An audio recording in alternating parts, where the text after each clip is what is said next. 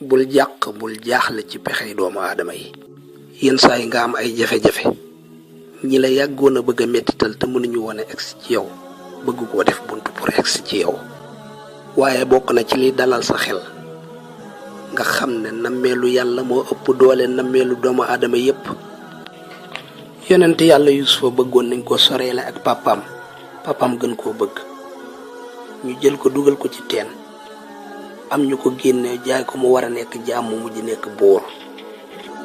kon dalalal sa xel te xam ne pexam doomu aadama lu mu rëy rëy pexem yàllaa ko fii te kaw.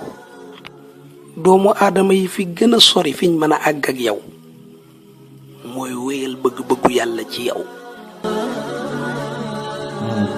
nga abonné soo noppee nga bës fii ngir suñ dugalaatee beneen vidéo bu bees nga mën cee jot. Wolof Fall TV.